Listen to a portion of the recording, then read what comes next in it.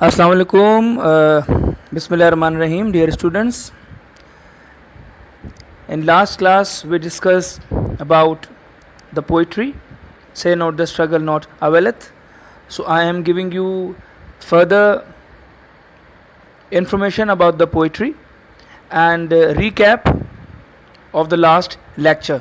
Say not the struggle, not availeth. Poem written by Arthur Hugh Clough.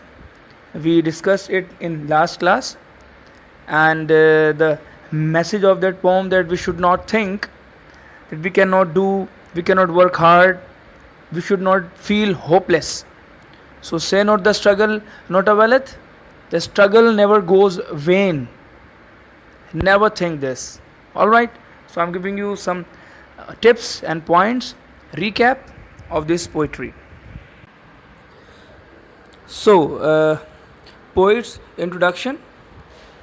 We discuss about his date of birth, date of death, that he was born in Liverpool, UK, and he is best known for his short poems, the struggle not availeth. And one of the basic thing I would like to share, and examiner can ask you in as an MCQs, that this poem, Say Not the Struggle Not Availeth, was published after his death. So examiner can ask you, Say Not the Struggle Not Availeth was published after his death or not. So he can ask you option A, B, C, D. So mind it, after his death this poem was published. Then he received his education from the school, that Balliol College and Oxford, and he died of malaria during his visit to Italy. And he was a poet from Queen Victorian age. Like he was from Victorian era, and Queen Victorian era, and Victorian era is started June 20th 1837, and it ended in January 22 1901. So that is a little poet's introduction. We have done this. It is a recap. So now in the next slide we have the poem's introduction. So the poem's introduction, that is poem is all about long lyric on hope, that we should not be hopeless, we should be optimistic, and we should stay positive. So this beautiful poem tells us that optimism is the key to success in all kinds of adventures in life. In life, you may have problems, and you may have some obstacle, but do not feel that I cannot handle them. Just keep on working. Results come after a journey. So don't think that I cannot do this. Things can be fine with the passage of time. So do not be hopeless. It is a mistake to think that no progress is possible, because human nature remains what it is. So we should not think that I cannot do things. Just don't think it. Robin Sharma says that the way you think, the way you become. So whatever you think, you become the same. When you think that I cannot do, so automatically things will start, automatically you will not be doing things.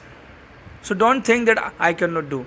The fear of failure can be as false and unreal, and hope of attaining an easy victory. Venn Dyer, book writer, American writer Venn Dyer, he says in his book Pulling Your Own String, that fear is unreal, it is baseless, it does not exist. The thing which does not exist, so why are you afraid of that thing? It is the voice from ourselves, it is a voice from our body, from our soul. It is a voice within, the voice of fear and improbability and hopelessness. All the stuff we have in our heart, in our mind, actually does not exist. So this poem is all about hope, that we should not leave hope, we should be hopeful, we should not be hopeless in our life. So this is a little introduction about this poem, Say Not the Struggle, Not Availeth. Okay, so imageries in the poem. What does imagery means? Imagery is visual images that a poet uses to define and to make the most of his words as a visually description.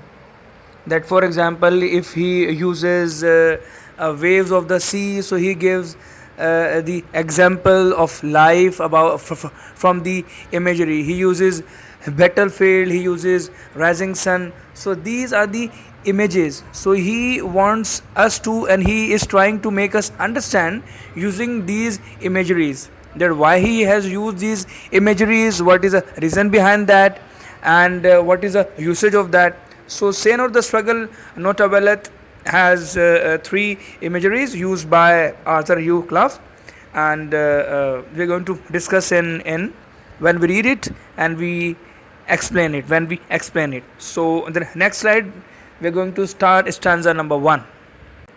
So here we start stanza number 1. Say not the struggle not availeth, Arthur Hugh Clough. Stanza number 1. Say not the struggle not availeth, the labor and the wounds are vain, the enemy faints not faileth, and as things have been, thy remain. So this is stanza number 1, and there are some difficult words like struggle means effort, not availeth is does not help, and vain, our vain means are useless, and faileth means defeated, that you are defeated by your hopelessness. This is so reference to the context I would like to share here only once, that in this short poem the poet tells us that we should never think that our efforts are useless and that they have no effect on our enemy. Point number 1.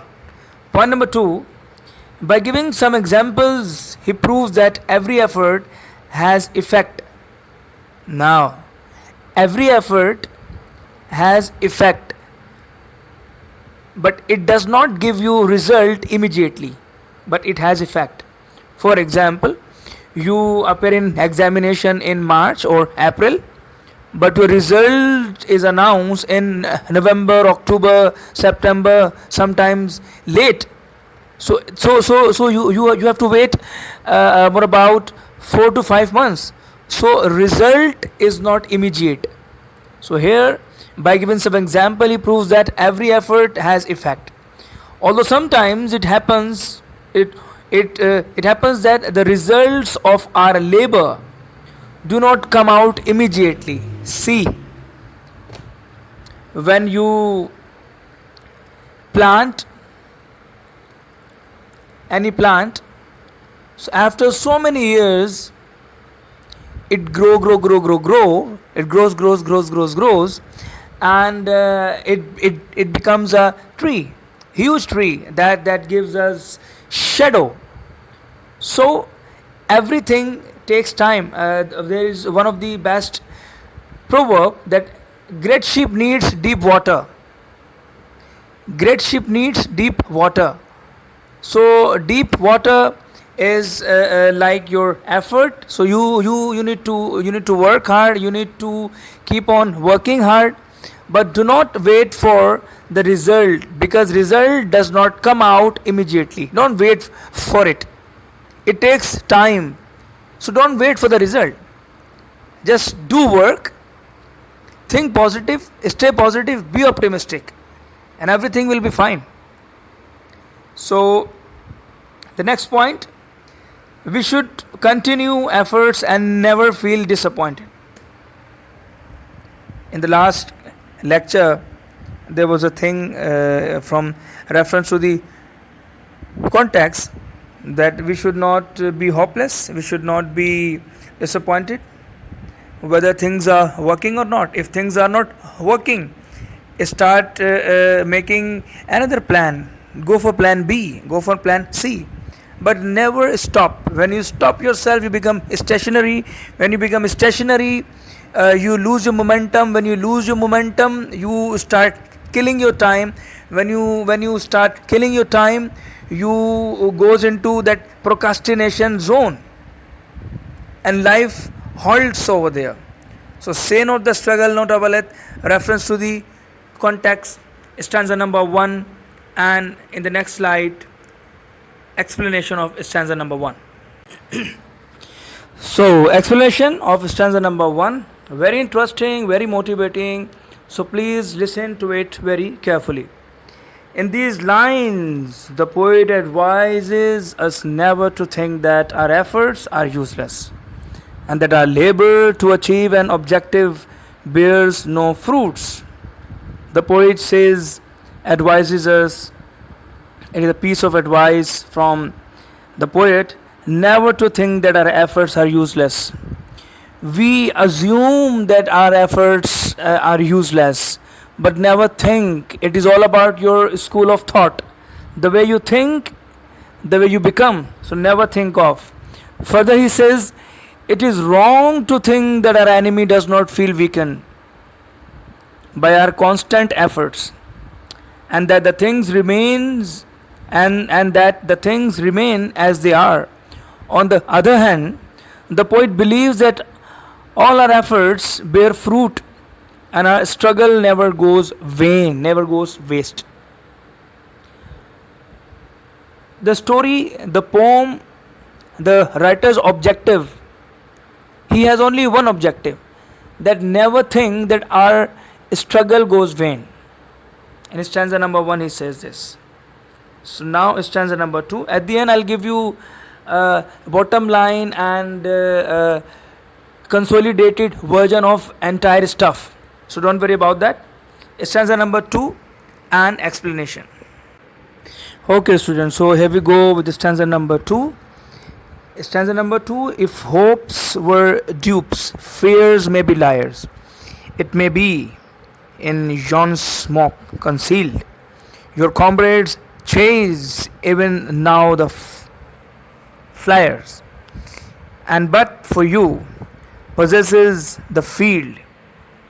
So very very good stuff in stanza number 2. Some difficult words to learn. So it is liars means wrongdoers, a person who hates saying, a person who hates speaking by the cards. So liars. In yon smoke, yon is from yonder. You learned in first year in the poem of Mr. William Wordsworth. Yonder is the moon.